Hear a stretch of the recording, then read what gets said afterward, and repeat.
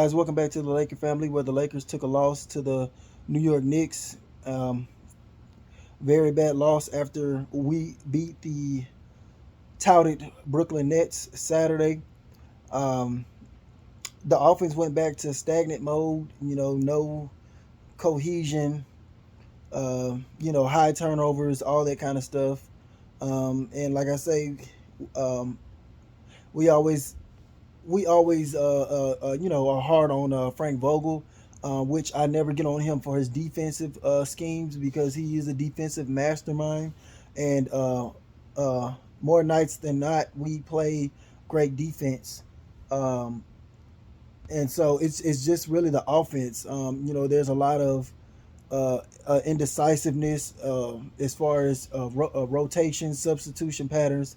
Yes, I understand he's trying to fill out what he has, and it's kind of tough right now without your main cogs in, because you're not. There's no way to know who is going to fit better with AD and LeBron when they come back right now. So it's kind of like going with the flow. So we have to be fair to Frank Vogel on that part.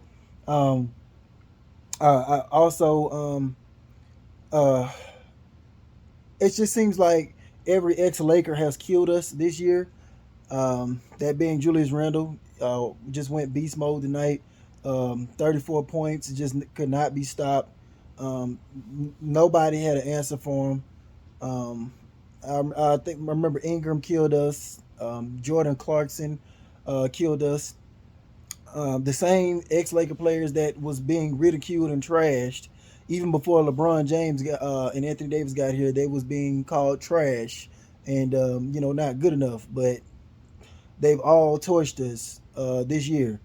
Um, and the guy was guy Alfred Payton. Alfred Payton, he killed us. He was like one of the main catalysts for the Knicks tonight. He ran their offense very extremely well. I'm just like, can somebody stay in front of this guy? God dog, like y'all making this dude look like uh, just some type of all star, But it was the high turnovers. I felt like even with the mistakes we made the first half, we still was in this game and we had chance after chance to get ahead of this team. We had chance after chance, but the Knicks are a good enough team. They have all their pieces there. Um, I don't think anybody's major hurt right now on the Knicks. I think they had all their players there. So they're still a dangerous team because they've been playing well. They're very well coached, no matter what their record says.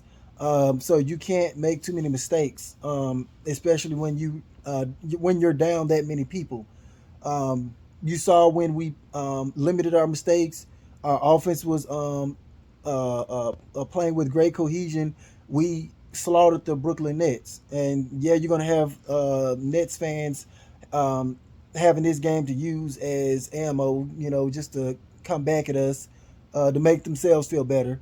But like I say, we never rejoiced like we won the championship when we beat the Nets. No, that was more of a just sit your what down somewhere, because all these bandwagon and flip floppers were jumping over there and talking big stuff. So that's all that was about.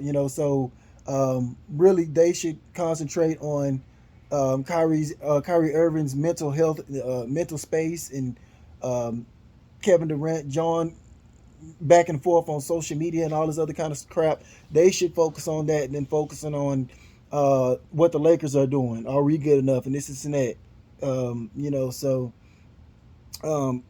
with that being said, um, we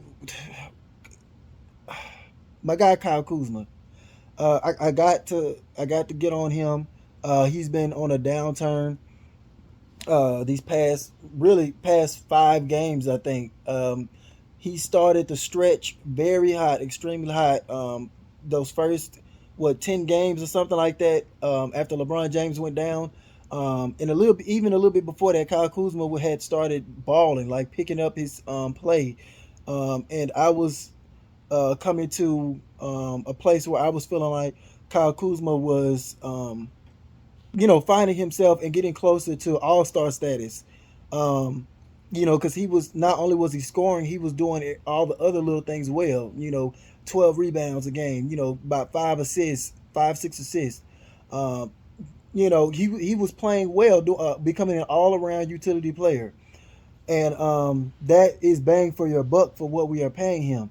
But the reason why I'm saying that now Kyle Kuzma is kind of on the clock, not to say that Kyle Kuzma is trash or anything. No, I'm not that ignorant like some of these folks. No, I'm saying the clock is ticking as far as can he become an all star caliber type of player.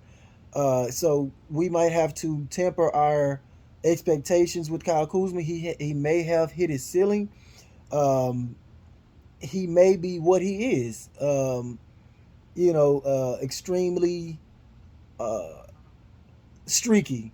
J.R. Smith, if you will, type of player, but just very streaky. He can either just completely take over games and win them for you, or he can just have cold nights like he had tonight and just shoot you out of the game, or just be a non-factor basically. This may be the type of player Kyle Kuzma is, and at some point we're going to have to come to some type of realization with that. Um, uh, and now that's not to say that Kyle Kuzma can't go to another team such as Jordan Clarkson did, or the Julius Randles did, and ball out. That's not to say that he can't do that. But as far as on the Lakers team, his time maybe starting to tick with the Lakers.